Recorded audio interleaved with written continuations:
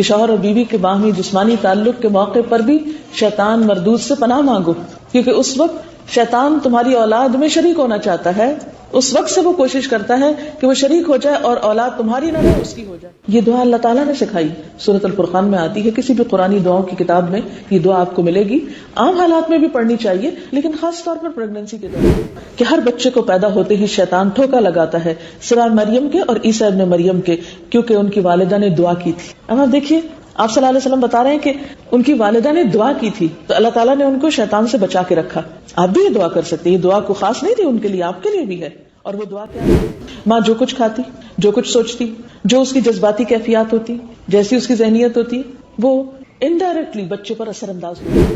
وہ ماں کے خون سے غذا لے کے نشو نما پا رہا ہوتا ہے، ایسے ہی ماں کے خیالات اور ماں کے روٹین اور ماں کے جو طریقے ہیں وہ بھی اس پر اثر انداز ہوتے ہیں۔ مرد حضرات اس کیفیت سے گزرتے ہی نہیں، ان کو پتہ ہی نہیں ہوتا کہ عورت کے اوپر یہ موڈز کیوں آ رہے ہیں اور یہ کیفیت کیوں ہے، وہ کبھی رو رہی ہے، کبھی ہنس رہی ہے، چھوٹی چھوٹی باتوں پہ ناراض ہو رہی ہے۔ یہ سب کیفیات آپ اپنی آئندہ نسل کی خاطر اس بچی کو کچھ مارجن دیں، وقت دیں، نہ کہ اسے ایسی ٹینشن سے گزاریں کہ جس کا سارا اثر براہ راست اس بچے پہ آئے اور ایک گھر میں خاردار پودا اگائے۔ اولاد کی تربیت کے بارے میں یہ بات یاد رکھیے کہ اولاد کی تربیت ان کی پیدائش کے بعد نہیں، ان کی پیدائش سے پہلے شروع ہوتی۔ اب آپ چونکہ مکس کراؤڈ ہے، بہت سے لوگ ایسے ہوں گے کہ جو ابھی اس مرحلے میں داخل ہی نہیں ہوئے، مثلا بعض بچیاں ہوں گی جن کی شادی نہیں ہوئی، بعض ایسی ہیں کہ جو ابھی اس مرحلے میں ہے، اور ہو سکتا ہے کہ آئندہ کئی بچوں کی ماں بنے، یا یہ کہ آپ نانی دادی بن چکی ہیں تو آپ کے گھر میں بچوں کی پیدائش ہو، یا یہ کہ آپ کے بچے بڑے ہو چکے ہیں تو آپ کو مشکلات پیش آ رہی ہیں۔ تو چونکہ مجھے ان سارے گروپس کو باری باری دیکھنا ہے، اس لیے میں مختصراً ہر گروپ کے بارے میں کچھ بات کروں گی۔ تو سب سے پہلے ابتدا میں یہ بات یاد رکھیے کہ تربیت پیدائش کے بعد نہیں، پیدائش سے پہلے شروع ہوتی، جو ایک آئیڈیل سچویشن ہے۔ اگر ہم آئیڈیل سچویشن اب نہیں بھی رکھتے تو کیا کریں، وہ بات بعد میں ہوگی، لیکن آئیڈیل سچویشن یہی ہے کہ تربیت اولاد کے لیے اچھی لڑکی کا انتخاب ضروری ہے۔ اور اچھی لڑکی سے مراد صرف خوبصورت لڑکی نہیں، صرف مالدار لڑکی نہیں، با اخلاق اور دیندار لڑکی۔ رسول اللہ صلی اللہ علیہ وسلم نے فرمایا کہ عورت سے 4 چیزوں کی بنیاد پہ شادی کی جاتی، اس کے نام نسب، اس کے مال، اس کی خوبصورتی اور اس کے دین کی بنیاد پر۔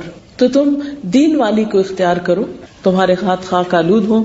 یہ ایک محاورہ ہے، پیار کی ڈانٹ ہے کہ سختی سے تھوڑا سا ڈانٹ کے کہا کہ تم جب عورت کا انتخاب کرو تو اس کے دین کو دیکھو، اخلاق کو دیکھو، کیونکہ ایک با اخلاق انسان، ایک سلجھا ہوا انسان پورے خاندان کی اصلاح کا ذریعہ بنتا ہے، اور ایک بد اخلاق انسان، ایک بد زبان انسان، خواہ وہ کتنا بھی خوبصورت ہو، کتنا بھی مالدار ہو، بعض اوقات پورے خاندان میں پھوٹ ڈال دیتا ہے۔ تو بیوی کا انتخاب دینداری کی بنیاد پر۔ اس کے بعد باقاعدہ اللہ کے رسول صلی اللہ علیہ وسلم نے دعائیں سکھائی ہیں کہ شوہر اور بیوی کے باہمی جسمانی تعلق کے موقع پر بھی شیطان مردود سے پناہ مانگو، کیونکہ اس وقت شیطان تمہاری اولاد میں شریک ہونا چاہتا ہے، اس وقت سے وہ کوشش کرتا ہے کہ وہ شریک ہو جائے اور اولاد تمہاری نہ رہے اس کی ہو جائے، تمہاری مرضی اور تمہارے طریقے پہ نہ چلے، اس کے طریقے پر چلے۔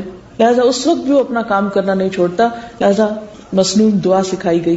پھر اس کے بعد یہ ہے کہ پریگننسی کا جو مرحلہ آتا ہے تو ڈیورنگ پریگننسی اب دیکھیں کہ بچہ اپنی ساری خوراک کہاں سے لے رہا ہوتا ہے؟ ماں کے خون سے۔ ماں جو کچھ کھاتی، جو کچھ سوچتی، جو اس کی جذباتی کیفیات ہوتی، جیسی اس کی ذہنیت ہوتی، وہ انڈائریکٹلی بچے پر اثر انداز ہو رہی ہوتی۔ جیسے وہ ماں کے خون سے غذا لے کے نشو نما پا رہا ہوتا ہے، ایسے ہی ماں کے خیالات اور ماں کے روٹین اور ماں کے جو طریقے ہیں وہ بھی اس پر اثر انداز ہو رہے ہوتے ہیں۔ لہٰذا اس دوران ماں کو خاص طور پر اپنی سوچ پازیٹو رکھنی چاہیے، مثبت سوچ، جلنا، کڑنا، رونا، دھونا، غم اٹھانا۔ ویسے بھی یہ ہے کہ وہ کیفیت ایسی ہوتی ہے، یعنی وہ مرحلہ ایسا ہوتا ہے کہ جس میں ایک عورت، جسے قرآن پاک میں آتا ہے کہ وہنن علی وہنن، تکلیف پر تکلیف اٹھا رہی ہوتی ہے، جذباتی اعتبار سے بھی بہت ڈسٹرب ہوتی ہے۔ لیکن بات یہ ہے کہ یہ سارے چینجز یعنی فزیکل چینجز تو ہوں گے اور اس میں اوپر نیچے بھی مزاج ہوگا، لیکن بات یہ ہے کہ حدیث میں آتا ہے وَمَن يَتَصَبَّرْ يُصَبِّرْهُ اللَّهُ، جو صبر کرنا چاہتا ہے اللہ اس کو صبر دے دیتا ہے۔ ناپسندیدہ ناگوار باتوں کے باوجود اپنے مزاج کو درست رکھنے کی کوشش کرنا بے حد ضروری، اور وہ صرف نصیحت سے نہیں ہوگا کہ میں آپ کو نصیحت کر رہی ہوں کہ آپ اپنا مزاج درست رکھیے تو وہ ہو جائے گا، نہیں، اس کے لیے آپ کو ذہنی طور پر کسی اچھی ایکٹیویٹی میں مشغول کرنا ہوگا، اچھی کتابیں پڑھیے، اپنی صحت کے بارے میں، بچوں کی تربیت کے بارے میں، ہسٹری کے بارے میں، اور کوئی بھی اچھی کتابیں. پھر اس کے ساتھ ساتھ اپنی عبادات کا خیال رکھیے، تلاوت قرآن باقاعدگی سے کیجیے. بچے کی سب سے پہلی فیکلٹی جو کام کرتی ہے وہ لسننگ کی ہوتی. بچہ ماں کے پیٹ میں بھی سن رہا ہوتا ہے، لہٰذا آپ اس کو اچھی چیزیں سنوائیے. قرآن پاک کی تلاوت خود بھی کیجیے، اور اگر اچھی نہیں کرنی آتی تو خوبصورت قاریوں کی قرات میں خود بھی لسننگ کیجیے. پھر اسی طرح خوب دعائیں مانگیے. آپ دیکھیے کہ جتنے بھی پیغمبر تھے انہوں نے اپنے نیک اولاد کے لیے دعا کی اللہ تعالیٰ سے، اور ان دعاؤں میں کیا ہے؟ ربنا هب لنا من ازواجنا وذرياتنا قرۃ اعین واجعلنا للمتقین اماما. اے اللہ ہمیں اپنے شوہروں یا اپنی بیویوں اور اپنی اولاد میں سے آنکھوں کی ٹھنڈک عطا کر، اور ہمیں متقین کا امام بنا، یعنی ہمارے گھرانے کو نیکی اور تقوی کے کاموں میں سب سے آگے لے جا، یعنی تقوی اور نیکی کی مثال بنے ہم. بعض اوقات ہوتا ہے دنیاوی اعتبار سے لوگ کمپٹیشن کر رہے ہیں کہ ہماری فیملی مشہور ہو کے اس میں سبھی ڈاکٹرز ہیں، اور ہمارا کسی Guinness book of world record میں ہمارا نام لکھا جائے کہ وہ فلاں فیملی جو ہے وہ اس کی یہ شناخت ہے کہ سارے کے سارے ماں باپ بہن بھائی بچے وہ سب کے سب جو ہے وہ اس فیلڈ کے ہیں. یا اسی طرح اور بھی کوئی شوق ہو سکتے ہیں. وہ سب باتیں اچھی ہیں، دین کے ساتھ دنیا کی بھلائی بھی مانگنی چاہیے، لیکن اس کے ساتھ ساتھ آنکھوں کی ٹھنڈک کہ اللہ ہمیں اولاد کی خوشی نصیب کر. یہ دعا اللہ تعالیٰ نے سکھائی، سورۃ الفرقان میں آتی ہے. کسی بھی قرآنی دعاؤں کی کتاب میں یہ دعا آپ کو ملے گی. عام حالات میں بھی پڑھنی چاہیے، لیکن خاص طور پر پریگنینسی کے دوران. پھر اسی طرح وہ دعائیں جو حضرت زکریا علیہ السلام نے مانگی تھی اپنے بچے کی ولادت سے پہلے، رب ہب لی من لدنک ذریۃ طیبہ، اے اللہ مجھے اپنے پاس سے پاکیزہ اولاد عطا کر.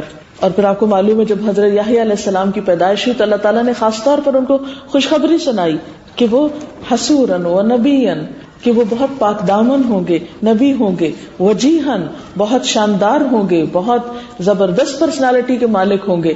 یعنی جو انہوں نے دعائیں مانگی تھی وہ سب قبول ہوئی. اسی طرح ان کی دعاؤں میں سے یہ بھی تھا رب ہب لی من الصالحین، رب ہب لی من الصالحین، اے اللہ مجھے نیک لوگوں میں سے دے، یعنی کہ نیک روح میرے گھر میں آئے. تو اس سے پتہ چلتا ہے کہ دعا جو ہے وہ ایک بہت اہم کردار ادا کرتی ہے انسانی زندگی میں. Prayer is power. کوئی چیز تقدیر کو نہیں بدل سکتی، دعا تقدیر کو بھی بدلتی ہے. اس لیے کبھی بھی مایوس نہ ہو. اور اس کا یہ مطلب نہیں کہ اب تو وقت گزر گیا، اب کیا کریں، اب تو بچے بڑے ہو گئے. ٹھیک ہے، اب آپ ربنا ہب لنا من ازواجنا وذریاتنا والی دعا مانگیے، لیکن دعا کرتے رہیے، کبھی بھی مایوس نہ ہوئیے. اور پھر اس کے بعد یہ ہے کہ صرف دعا ہی نہیں، ہر چیز میں دعا کے ساتھ دوا بھی ضروری ہے. اور ان دواؤں میں اچھی کمپنی، ایسی خاتون جو پریگنینسی کے مرحلے میں ہو، حمل کے مرحلے میں ہو، اس کے لیے اچھا ماحول بے حد ضروری. بعض اوقات ایسا ہوتا ہے نئی نئی شادی ہوتی ہے، ایڈجسٹمنٹ بڑی مشکل ہو رہی ہوتی ہے، نئے گھر والوں کے ساتھ معاملات درست نہیں ہو پا رہے ہوتے، تو بچیاں عموماً پہلی پریگنینسی میں یا اس کے بعد بھی کچھ بہت زیادہ مینٹلی ڈسٹرب ہوتی، ایموشنلی بھی بہت ڈسٹرب ہوتی. ایسے میں گھر والوں کو بھی خیال رکھنا چاہیے کہ ایک بچی جس کے لیے یہ ماحول بھی نیا ہے، اور اس کے بعد اس کے اندر اتنی زیادہ فزیکلی چینجز آ رہی ہیں، اتنے ہارمونل چینجز ہیں، تو اس بچی کو ایک اچھے ماحول کی بے حد ضرورت ہے. لہٰذا بہت سی چیزوں میں درگزر کرنا چاہیے. آپ اپنی آئندہ نسل کی خاطر اس بچی کو کچھ مارجن دیں، وقت دیں، نہ کہ اسے ایسی ٹینشن سے گزاریں کہ جس کا سارا اثر براہ راست اس بچے پہ آئے اور ایک گھر میں خاردار پودا اگائے. نہیں، سارے اہل خانہ کو صبر و ضبط، شوہر کو بھی صبر و ضبط اور تحمل کی ضرورت ہے، کیونکہ مرد حضرات اس کیفیت سے گزرتے ہی نہیں. ان کو پتہ ہی نہیں ہوتا کہ عورت کے اوپر یہ موڈز کیوں آ رہے ہیں اور یہ کیفیت کیوں ہے. وہ کبھی رو رہی ہے، کبھی ہنس رہی ہے، چھوٹی چھوٹی باتوں پہ ناراض ہو رہی ہے. یہ سب کیفیات ایک جسمانی تبدیلی کی وجہ سے ہوتی ہیں. اس لیے اس میں عورت کو ایک رخصت اور ایک رعایت دی جانی چاہیے. اس کے علاوہ یہ بھی ضروری ہے کہ ایسی بچیاں جو کسی نئے ماحول میں آئیں اور اپنی پچھلی ساری دوستیں چھوڑ چکی ہوں اور رشتے دار بھی چھوڑ چکے ہوں، اور خاص طور پر جیسے ماحول میں آپ رہتے ہیں، بعض اوقات آپ دور دراز ملکوں سے بچیوں کو بیاہ کر لاتے ہیں، ان کے لیے ماحول بھی نیا، ان کے لیے گھر بھی نیا، اور ان کے لیے جسمانی طور پر بھی ایک نیا ایکسپیرینس. تو ایسے میں کچھ اور بھی زیادہ آپ کی ذمہ داری ہو جاتی ہے صبر و تحمل کی اور بات برداشت کرنے کی.